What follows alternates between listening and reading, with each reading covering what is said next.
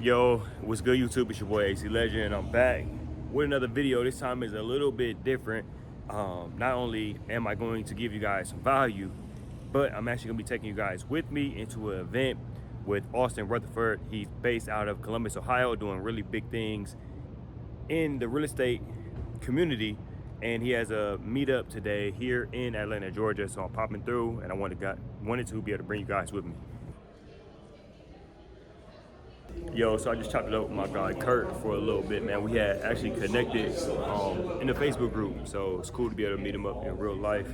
Now we heading into the space. I better show you guys that. And I'm gonna catch some of these gems, get a little networking in, and then I'm gonna be right back with you.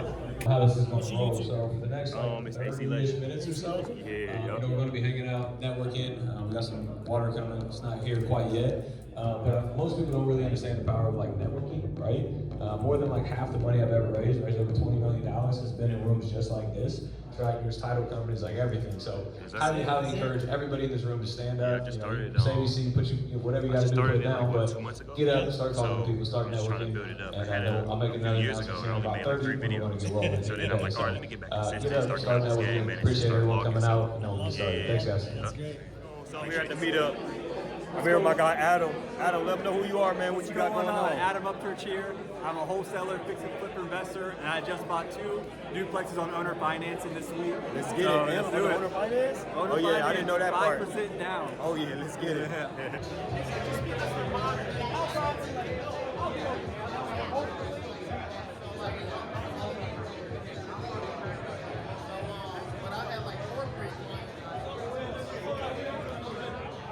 How do you find hard money? Literally just Google, like hard money Atlanta. Tons of them will come up. Like they make money by lending money. They have to lend money to stay in business. So those are super, super easy to find. The big question is like, okay, cool. Like I want to build wealth with other people's money, but where do I find private money lenders at? And it's going to be a super cliche answer, give it a little bit more in depth, but the short answer is everywhere, right? Now this sounds crazy. It's like, okay, why am I here? Everywhere. I could have came up with that myself. But it's literally everywhere that you go. I've raised more than half the money I've ever raised, over $20 million, in rooms just like this. Because the cool thing with rooms like this is people already understand real estate, and you're not trying to sell them on why real estate's a good investment. They're already in, right? So now you're just trying to sell them on you. If you go to somebody else, random, you're trying to sell real estate and you. It's a little bit more complicated, but it's 100% possible. But there's a lot of money in rooms just like this. I promise you there is. So I was in Columbus last Saturday. Guy stood up at the Q&A section and was like, hey man, like I forget his name. My name's Rob. I'm looking for private money if anybody's interested. And here's my question. And the funny thing is the person right next to him, before the event started, came up to me and was like, hey, I got $400,000. I don't know what to do with it. I want to invest it in real estate as a private money lender. And are you interested in borrowing money? I was like, yeah, absolutely. But this dude literally didn't talk to the person next to him that had access to 400 grand in a self-directed retirement account that wanted to lend money to a real estate investor, right? It's crazy. So you literally have to talk to people, right? So when you're out in public or out networking or at car shows or country clubs or golf courses or events like this, something always leads to, well, what do you do, right? Somehow, some way, when you start a conversation, like, yo, nice shoes. Hey, that looks like a great steak. Hey man, beautiful car. What do you do? So when somebody asks you what you do, you have to be interesting for someone to be interested in whatever it is that you have to do. So, practice what you're going to say in response to. What I say is I'm a real estate developer, and I teach other people how to invest their money in real estate. If they have any interest whatsoever, they're like, what do you mean? Like, oh, you can teach me. I'm interested in real estate. And now your foot's in the door, and then you can use everything we talk for the rest of the day, to get them, to convince them to lend you money in real estate. But literally, it's everywhere. I met people at banks. I met people at rooms like this. I met people, my best friend's uncle at his family reunion became a private money lender.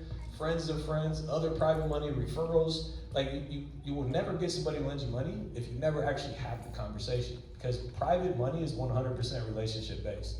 They don't really care about the deal. They want to do business with somebody that they trust. And they can't trust you if you don't open your mouth. Amen? We good with that? Gotta talk to people. I know it's very uncomfortable. I get it. I've been there before 100 times over, but you have to get outside of your comfort zone and talk to people. So that's the where.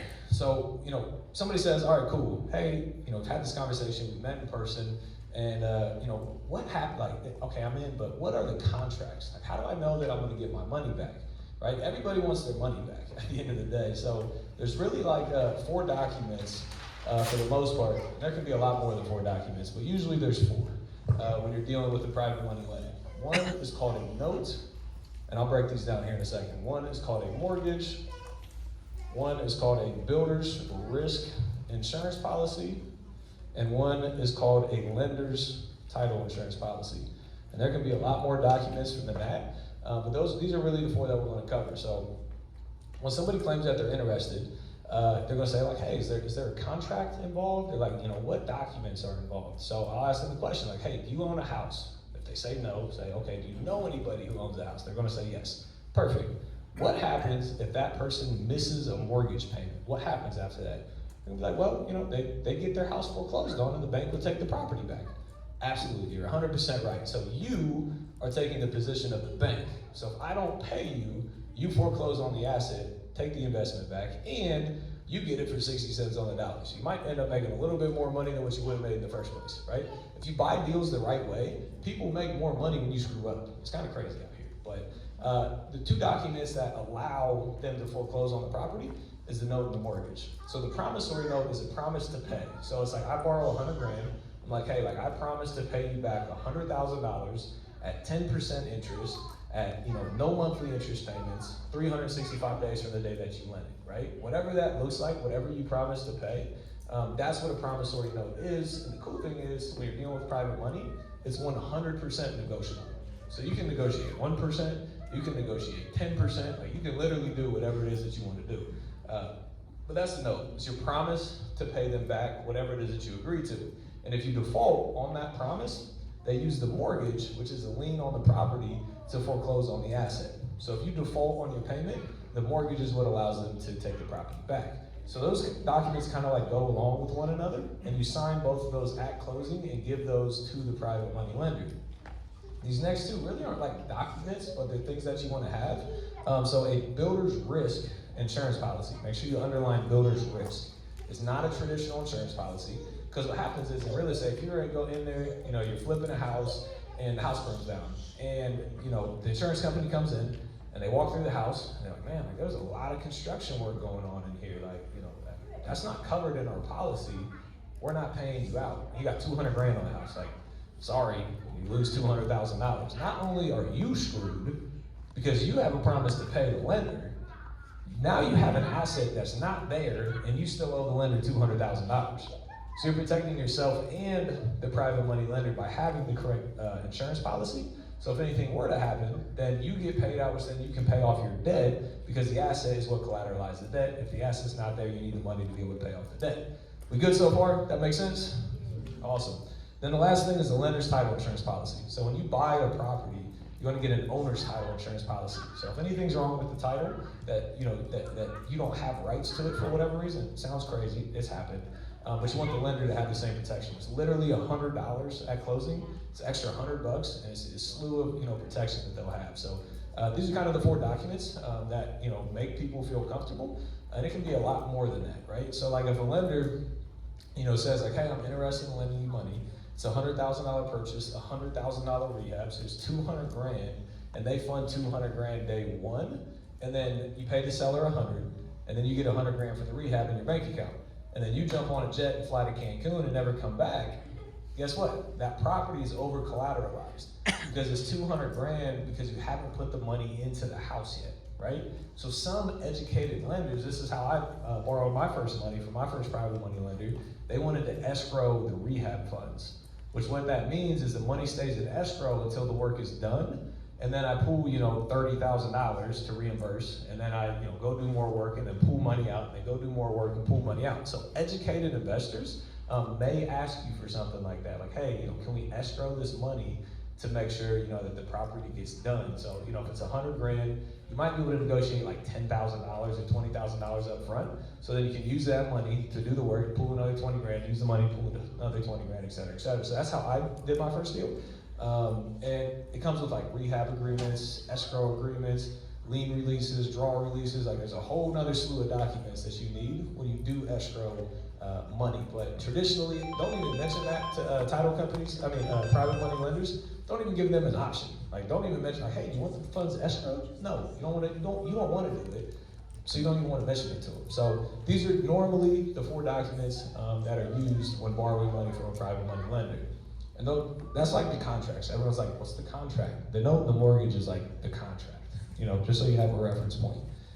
So somebody says they're interested, and you know, you have these conversations so they know that their investment is backed by real estate. Then like, how does the money actually flow? Do they lend me the money? Do they send the money to the seller? Like, what happens, right? So just to be clear, closing's on Friday. So what happens on Friday is you go into the closing office, or you have a notary come to you, or whatever that looks like. You have to sign documents for closing. You sign the note and the mortgage, and you give that to your lender. The lender, you know, ideally the day before, sends the money to the title company, and the title company serves as a third party to make sure that the transaction goes as you wanted it to go. So they'll send the $200,000 to title.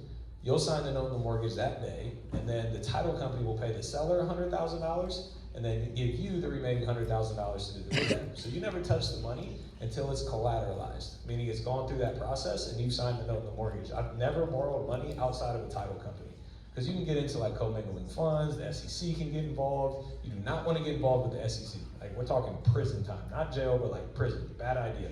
So I know people that have done it before. Just like, be very, very careful and tread lightly on that. I always take money through a title company.